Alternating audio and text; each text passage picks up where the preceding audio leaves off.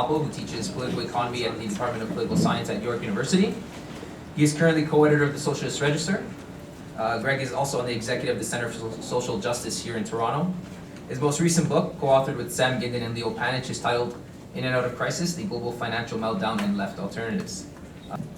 Thank you, Carlo, and Brian, for organizing this. I was in Alternate Roots. Alternate Roots, when I was a graduate student at Carleton, was part of the milieu among the graduate students, along with studies in political economy, which made Carleton at that point one of the centers of alternative and critical thinking in Canada, which has sustained itself over the next little period. In particular, one of the elements of the critique that came out of that work from the early 80s, and Alternative Roots was part of the thinking about, was the theme that Brian and Jim spoke to about Canadian exceptionalism.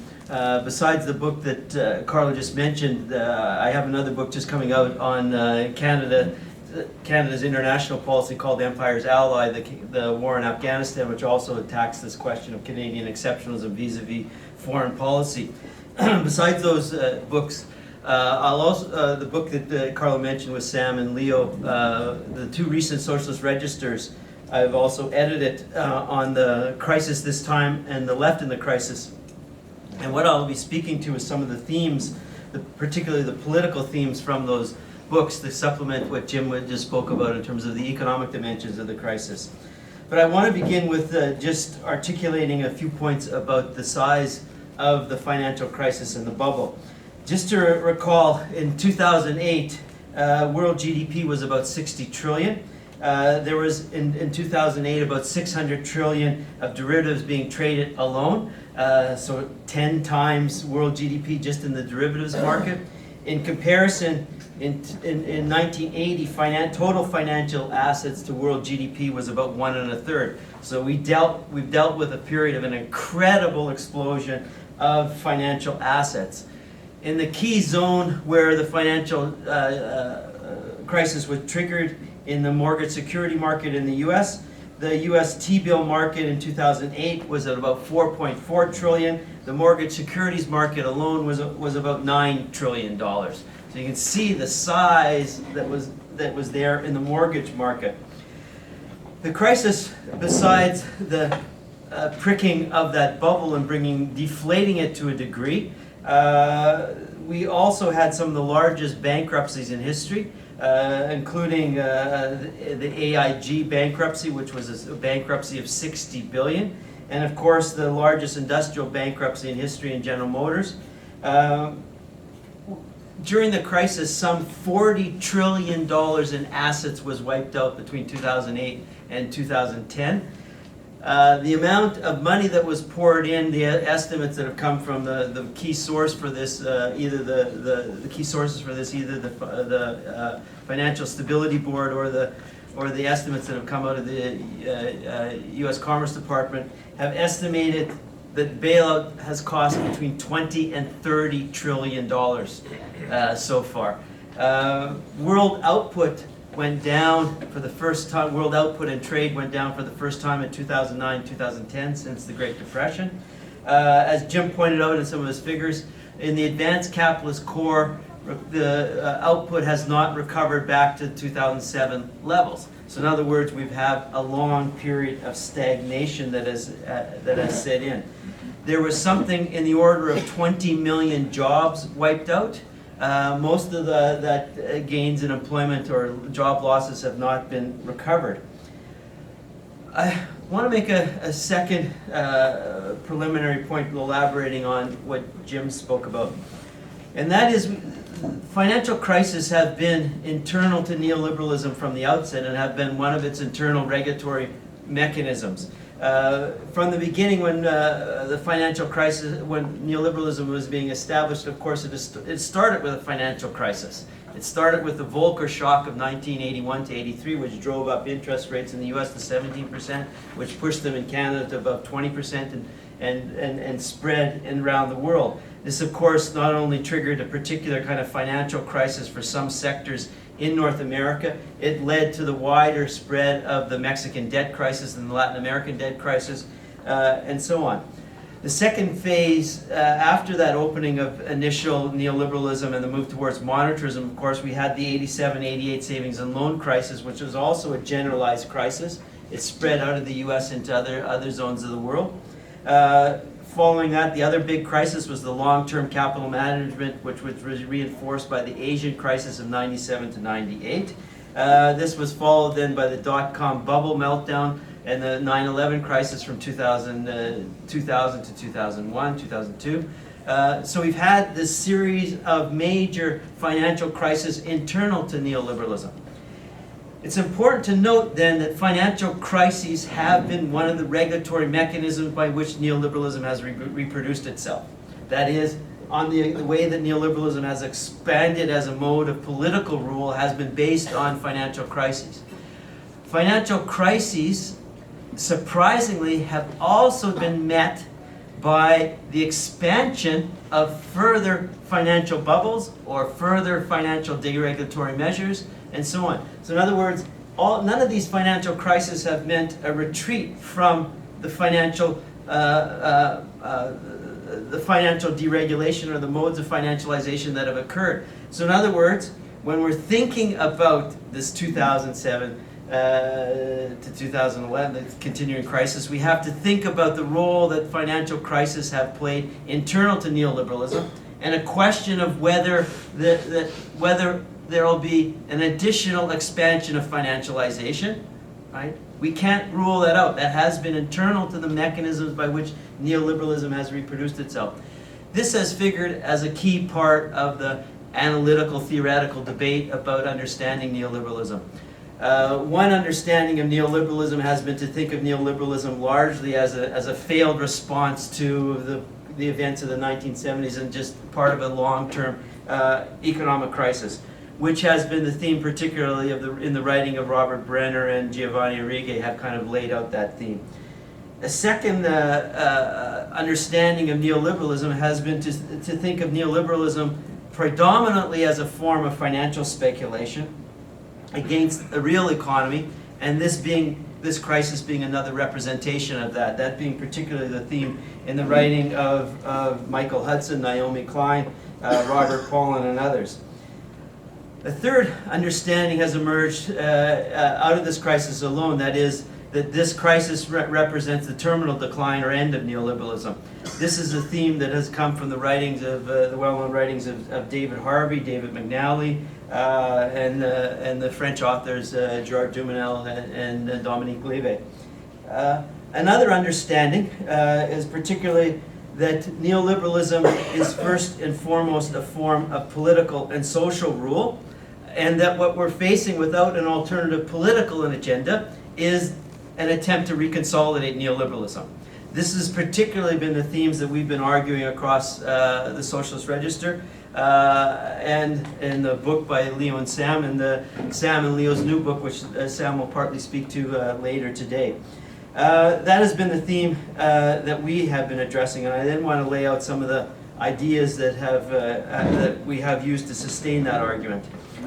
The third theme I want to raise is just in thinking about that is just where we are in terms of the financial crisis. In many ways, we can identify this as the fifth stage of the financial crisis. The first was, of course, the particular localized insolvency crisis that occurred in the high-risk subprime mortgage markets, particularly in Florida, Los Angeles, and so forth, which spread quickly into the derivatives market and collateralized debt obligations, and led to some of the mortgage brokers going immediately bankrupt. The degree of credit leverage, particularly through the derivatives market, but in all forms of markets, led very quickly in 2008, 2009 into a generalized liquidity crisis.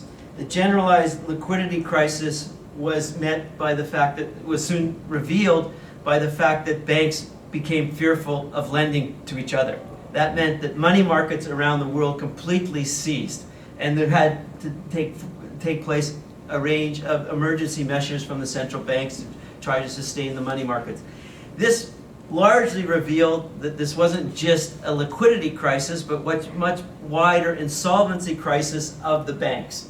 And as a result, many of the banks were nationalized in different form, particularly in the UK, some in the US and elsewhere. But it was there was a much wider insolvency crisis of the banks that had to be met by special emergency measures by the central banks. The central banks doing various things to expand their balance sheets to support the financial system.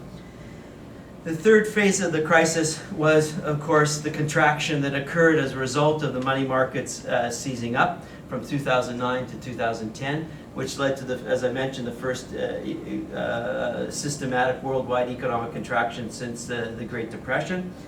The fourth phase started ensuing from 2010 to 2011, and that was the systematic displacing of the financial crisis from the private sector into the public sector, which led to then the so-called sovereign debt crisis that we now faced. And in my view, from 2011 on, we've dealt with the fifth stage of the crisis, which has largely been about the question of austerity and the way that the state will reestablish, attempt to reconsolidate or reestablish neoliberalism, and the way that is imposing austerity to deal with the sovereign debt crisis. I think we have to see what has unfolded as particularly an economic crisis that did not lead to a political crisis anywhere. It has not unfolded, in my view, even in an economic crisis where there has been widespread street fighting. That is in Greece. We haven't seen a breakdown either of the parliamentary system or a split in the ruling classes, and I'll come back to that. I think then what we've dealt with then is a particular crisis of the state. Right? It hasn't unfolded in a particular political crisis because there hasn't been enough of a significant political challenge. What we have had is a particular crisis of the state, that is an attempt to reform the state as the state is the place by which the crisis will be resolved. I think we can look at then the way that the state has been restructured in a number of dimensions, and that's the fourth point I want to elaborate a bit. The way that the state has been restructured in some of its features. And why I think we can speak about this as being an authoritarian phase of neoliberalism. One of the dynamics is what Jim pointed out, is the dynamic of what I've been calling and others have been calling since the 1990s, competitive austerity, particular way that neoliberalism has reinforced particular patterns of competitive austerity. And this has been a key feature of the way that states have responded to the crisis. That is, they have been reasserting implicitly, if not explicitly, various forms of beggar thy working class policies.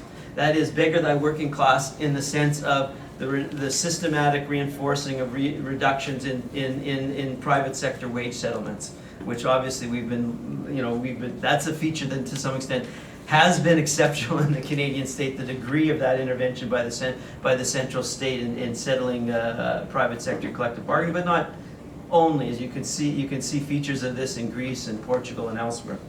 It also is the systematic cutting of the social wage or the austerity agenda inside the state.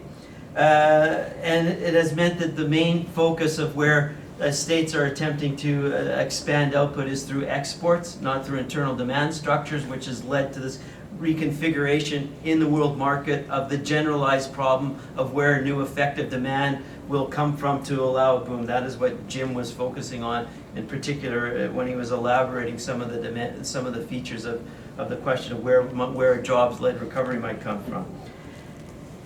The second dimension is, of course, is the features of monetary policy.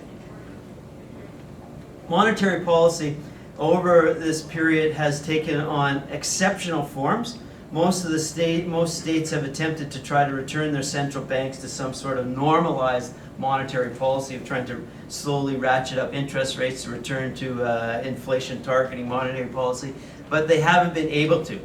We still have exceptional forms of monetary policy through the locking in of near zero interest rates, or if we look in terms of real rates, largely negative real rates of interest.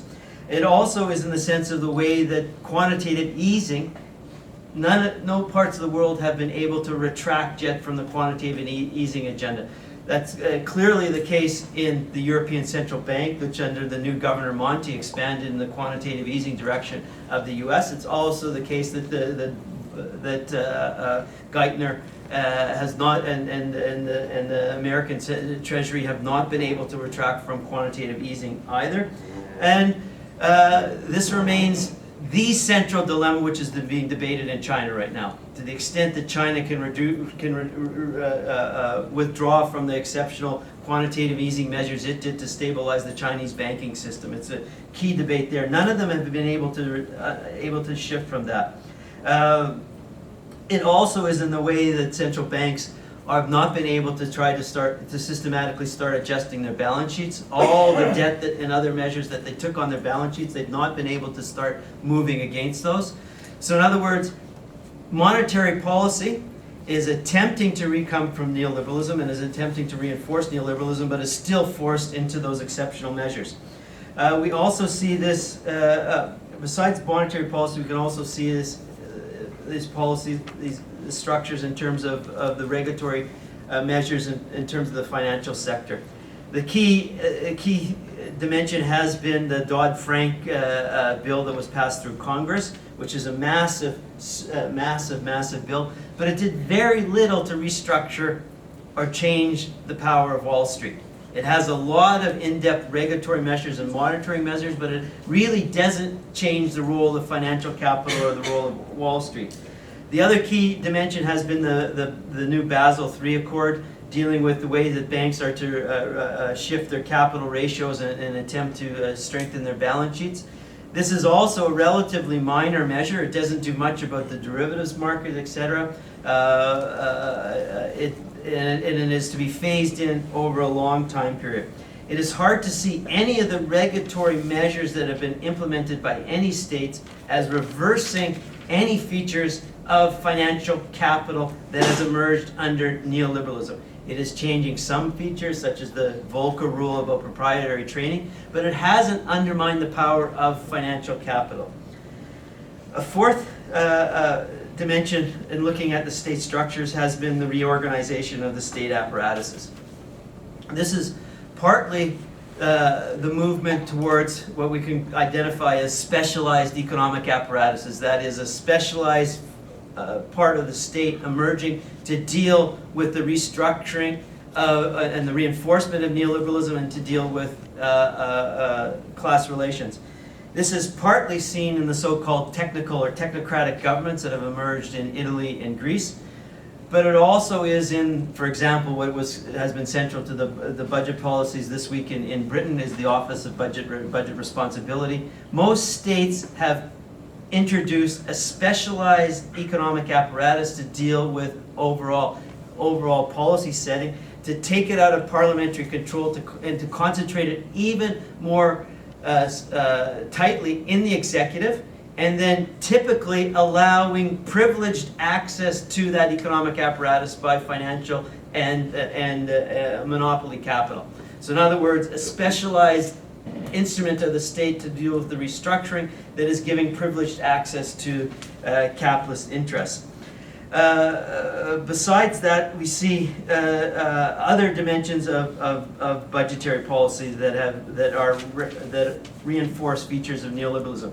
Clearly, taxes, with the astonishing measures that were in the British policies this week, but have also been replicated in the Greek restructuring, have been replicated in the Portuguese restructuring, have been replicated in the Spanish restructuring. That is typically still a move to lower taxes on corporations, to lower taxes on higher income tax brackets, and to shift taxes more on forms that fall unequally on the working classes. So budgetary policy remains in the form of neoliberalism. This is also the case of the continuing to cut back on the social service budgets, pensions, et cetera, et cetera. So the continuing constraints on social service budgets. There also has been, which I think is important to understanding, the way that the state is being hardened under this phase of neoliberalism, is a couple of particular features. One is, of course, that we see that the coercive apparatuses of the state are being strengthened. The security apparatuses, the prison systems, military spending is coming down, but military spending still remains higher than it was before, since the upsurge after 2001. Policing budgets are being insulated and so on. So there's the hardcore coercive apparatuses are being strengthened. And within that, we see particularly the internal policing dimensions of the state are being strengthened everywhere.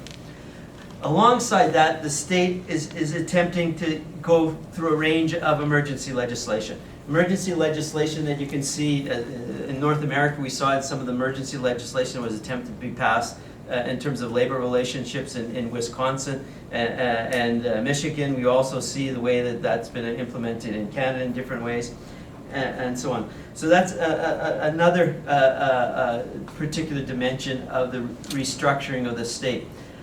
I think, sorry, this is why I think when we're looking at this phase, we're dealing with a much more authoritarian phase of neoliberalism, an authoritarian phase of neoliberalism where the modes of neoliberal policy making are attempting to be reinforced. It's dealing with the state structure which is being hardened. And it is why, when we look at it, most states are speaking about 10 to 20 years of austerity. This was animated initially out of the International Monetary Fund, the OECD, the Bank of International Settlements, and then it's been internalized in the thinking of most states of a long-term form of austerity. I just want to conclude by laying out some of the particular difficulties then politically of this conjuncture and in the response. First off, I think we've dealt with a particular economic crisis that had features of financialization but then spread into other sectors where there was overproduction. That overproduction has led to deep problems of restructuring. The restructuring will mean we're in a long phase of crisis or a long phase of austerity. The second problem is partly what Jim was speaking about, and I spoke in terms of competitive austerity. The reconfiguration of the world market means there's no clear source of new effective demand. It clearly will not be Europe, given the financial crisis there. The difficulty in China is the imbalances that have grown over since Deng Xiaoping's southern tour in the early 90s in terms of the imbalances between ecology and the economy, the incredible decrease in workers and peasants' living standards. So workers and peasants only get 35% of output, maybe the lowest any workers and peasants have ever received in history. The imbalances between the public and private sector. The shift that's got to occur in China makes it very difficult for China to become the major locomotive for the world market.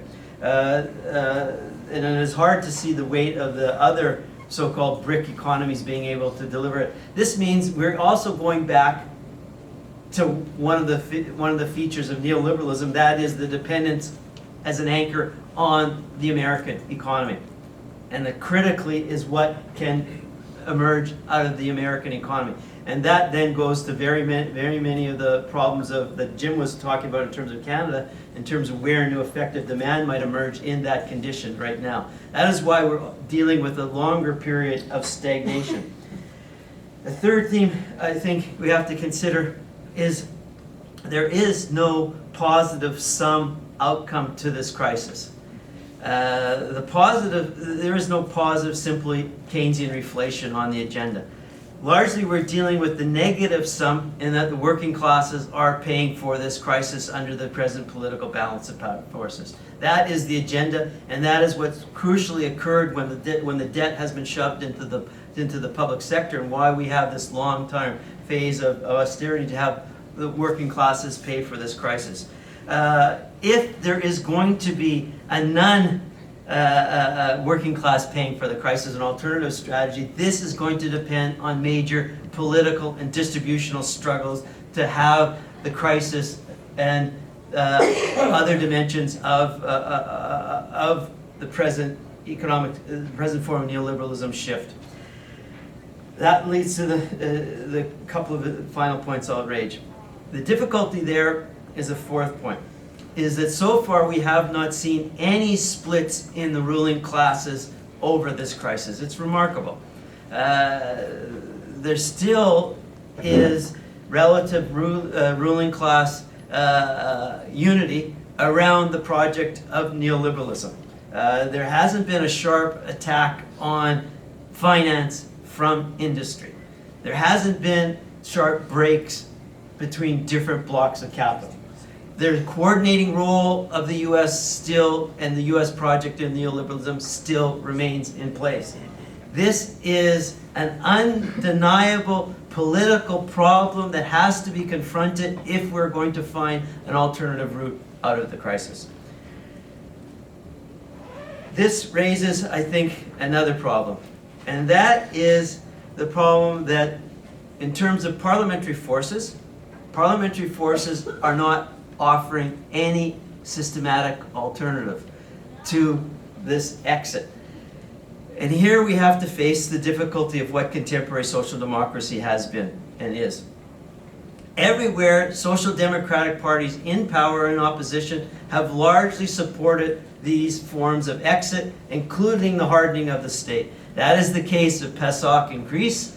That's the case in the Zapatero government in Spain. That is the problem in Portugal. That's the problem of the British Labour Party. It hasn't opened up in any new way. There's something of the reverse that that we got under what social democracy was in the post-war period. In a good sense, social democracy was in the post-war period was always arguing for more and a little faster. Largely what we're getting from social democracy now is a little less and a little slower. And that is the alternative agenda that we're largely getting. The difficulty now is then, where will an alternative historical political bloc to this form of the power bloc that has supported neoliberalism come from? Until we start forming that alternative historical bloc, it is difficult to see us finding an alternative exit to the crisis. I think there are a range of things that are popping up here and there where an alternative social bloc is emerging from a range of demonstrations, a way that the left is regrouping, the way that committed redistribution of social democrats are rethinking their political project. So there's a possibility emerging. I think there are also 3 or 4 hopeful signs of alternative economic agendas that have been emerging in opposition. Some of this is the debate about the new Green Deal. Some of it is the debate around an alternative economic strategy. The old alternative economic strategies re-emerging that were there in the late 1970s and the early 1980s as an alternative are now an openly confrontational program to the present form of neoliberalism. To the extent that we can put those back on the agenda, we're also beginning the process of finding an alternative exit. Thank you.